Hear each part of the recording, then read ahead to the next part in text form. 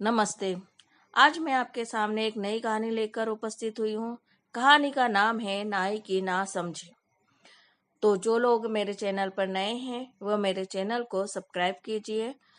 तो सुनते हैं आज की नई कहानी।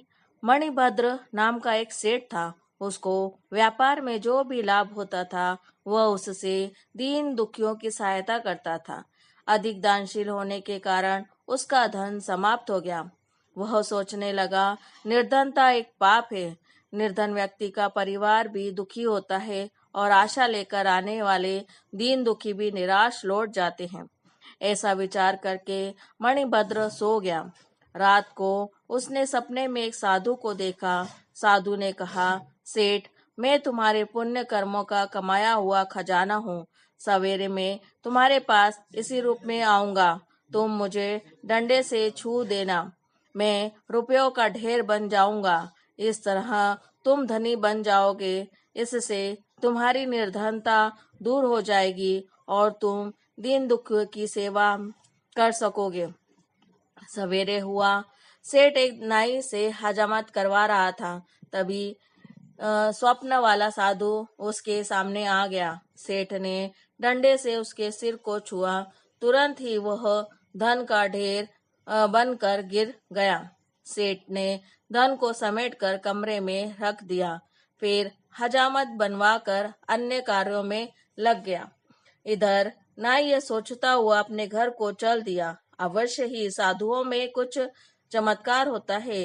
यदि इनके सिर पर डंडा मारा जाए तो यह धन के ढेर में बदल जाते हैं होंगे। मैं भी साधुओं को बुलाकर उनको डंडा मारकर अपनी गरीबी दूर करूंगा।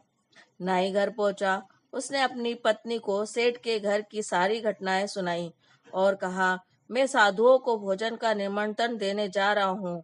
तुम खान पान का सामान तैयार करो। यह कहकर नाई साधुओं के मठ में जा पहुंचा। साधुओं से उसने प्रार्थना की, महात्माओं, मैं चाहता हूँ कि आप लोग मेरा घर पवित्र करें। आप भोजन तो मेरे यहाँ करोगे ही, साथ ही मैं आप लोगों को पुस्तक भी भेंट करूंगा। साधु पहले तो उसके साथ चलने को तैयार ही नहीं हुए, परंतु उसके बार बार आग्रह करने पर वे उसके साथ चल पड़े। जब वे नाई के घर पहुंचे तो उनके सामने भोजन परोसा गया। इसी बीच नाई ने कमरे का दरवाजा बंद कर दिया और डंडे से सब साधुओं के सिर को छूने लगा। पर डंडा छूने से कोई भी साधु धन का ढेर नहीं बना। फिर तो उसने जोर जोर से डंडा मारना शुरू कर दिए। डंडे की चोटों से साधुओं के सिर फूट गए। वे रोने चिल्लाने लगे। पड़ोसियों ने शोर सुना तो इकट्ठा हो गए। उन्होंने कमरे का दरवाजा तोड़ दिया और अंदर जाकर नाई को पकड़ लिया। कुछ साधु जख्मी हो गए थे और 2 साधुओं की तो मृत्यु ही हो चुकी थी।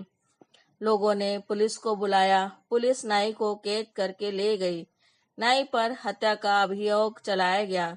नाई ने न्यायाधीश के सामने बयान दिया, मैंने सेठ मणिभद्र के यहाँ साधु को रुपए का ढेर बनते हुए देखा था। मैंने साधुओं को धन बनने के लिए ही डंडे मारे। मेरा इसमें कोई दोष नहीं है।